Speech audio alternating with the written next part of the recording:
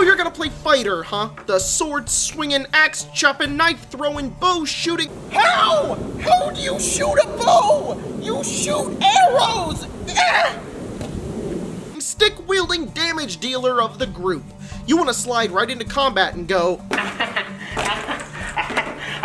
Not to mention one of the easiest classes to play, but also versatile in its many ways you can play it. The fighter is deep, engaging, and most of all customizable for your role-playing experience. Alright, roll attack. 18. Okay, that's gonna hit. How much damage? 8 damage. Alright, how do you kill it? With my sword, like that. Here's how to play fighter.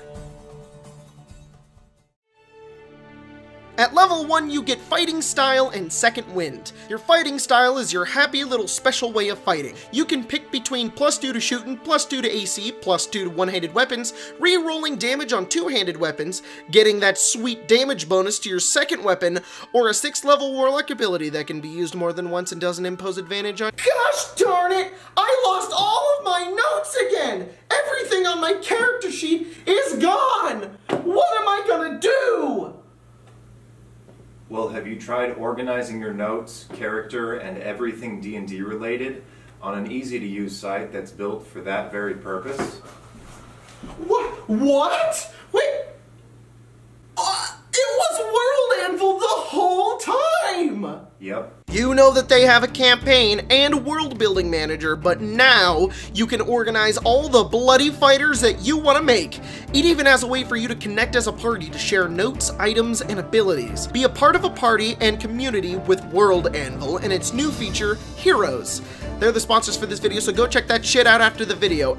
Anyways, Second Wind. In the middle of battle, you fall. Many blows have been dealt to you. You lie on the ground, near dead. But no, you have a fighting spirit. You stand and continue fighting by regaining hit points and continuing the fight. You can also do it outside of battle. Ah! Oh! Ow! Jeez! Oh, it's okay, I can heal it, don't worry. Okay, cool. Oh my god. He broke the mystical second wind. I didn't know you could do that! Level 2, Action Surge. Once per day, you can surge forth in action! You'll gain another attack just to give that middle finger to the DM and keep fighting and hopefully kill the big poopy head monster. Level 3, Martial Archetype. There are many kinds of fighters. Many who have different skill sets. You can fight this way, that way, or even on a horse. We'll discover the fighter on your course. Everyone's got a fighter inside them. You can find your fighter too. Everyone's got a... In the player's handbook, we have Champion, Battle Master, and Eldritch Knight. In Xanathar's guide, we have Arcane Archer, Cavalier, and Samurai. Matthew Mercer also made a subclass for fighter called Gunslinger. Yes, I'll go over it. Also, Purple Dragon Knight! Champion fighters are your easy-to-play, standard, I want to be buff and do damage fighter. You get an easier chance to crit, better rolls on strength, dex, and con, longer jumping distance, and an additional fighting style. And at 18th level, you become goddamn Wolverine and regain health at the start of your turn. Battle Masters are my favorite. This is a fighter who learns techniques like mini perks that you can customize and use during battle. To make this simple, you get superiority dice. Basically, 4 d8s that you can use during a day. They upgrade as you level up. Each maneuver uses a d8, and almost always you can add it to damage. Some maneuvers have a DC, which is because some of them require saving throws from the people that you're about to murder. And that's it. Here's a brief description of each maneuver. Make your friend do it. Take away their weapons. Haha, made you look. Ah! Made you look again! Extend your reach. Give one of your friends the mobile feat for a round. Ah! Stab him in the kidney. Make your allies feel good about themselves.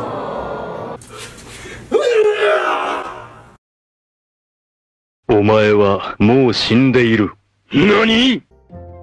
Spin attack! As a Battle Master, you also gain the ability to know certain stats about the enemy, which is pretty cool. Eldritch Knight. So you regret not picking a magic class and all your friends are casting cool spells, and you're like, Oh, come on, wizards! Why can't I have any magic? and then Jeremy Crawford descends from the great heavens of Seattle and bestows upon you, look, it's an Eldritch Knight for you, my child. As an Eldritch Knight, you're a classic sword and spells. You get the ability to summon your weapon, cast spells and attack at the same turn, and teleport. And now we move to Xanathar's Guide. First off, we've got the Arcane Archer. As an Arcane Archer, you imbue the magical fighting styles of elves and are basically Legolas. Magic Legolas. This subclass is a lot like Battle Master. You get maneuvers for shooting arrows. So yeah, I really like this subclass. I'm all about that customizability. You get skills, magical arrows, and the ability to curve your arrows. And here are some of the arcane shot options. Banish people to the Feywild arrow, Cupid arrow, Force explosion arrow, Cancer arrow, Poison vines arrow, Dexterity saving throw arrow, the thing from Guardians of the Galaxy arrow, and a blinding arrow. Cavalier.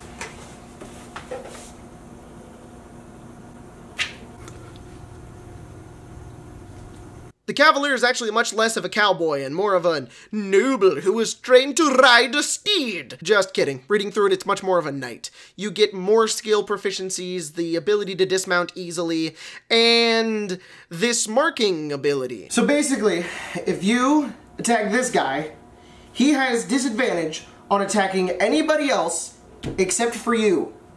If he attacks you, you then get to attack him on your next turn as a bonus action, on top of your other actions, which does extra damage, and you have advantage.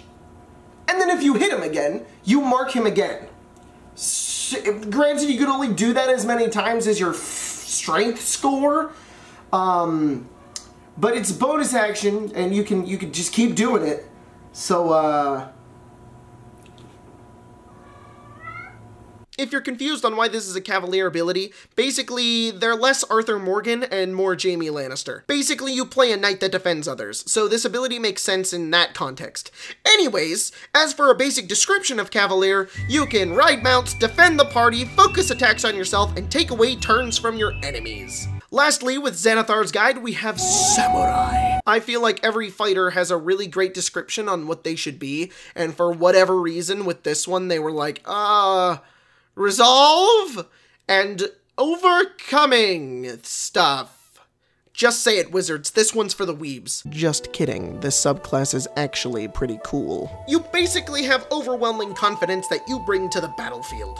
You're persuasive, determined, and you can give yourself temporary hit points, along with foregoing advantage to get an extra weapon attack, and the ability to not fall unconscious and take actions after you die. Okay, yeah, fine, the Gunslinger. Gunslinger uses guns. Mr. Mercer made a whole system for guns in D&D, and it's really cool.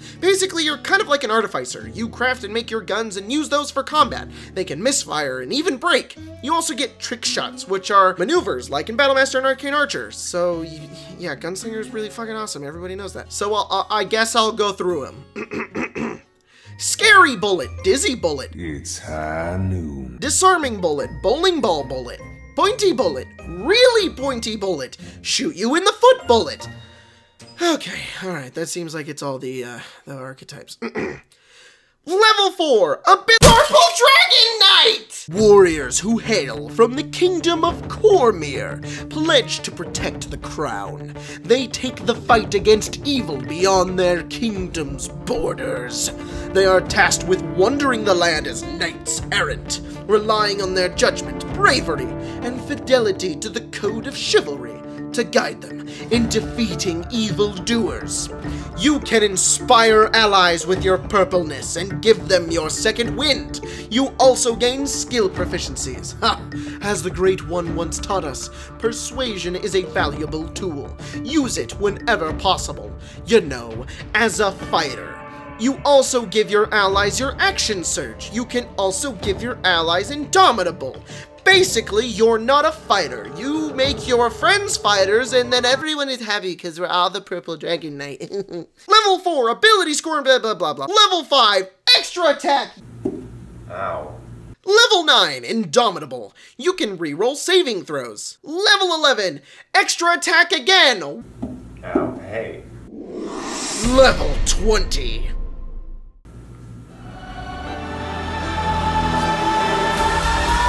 In our obscurity, in all this vastness, there is no hint that hope will come from elsewhere to save us from ourselves.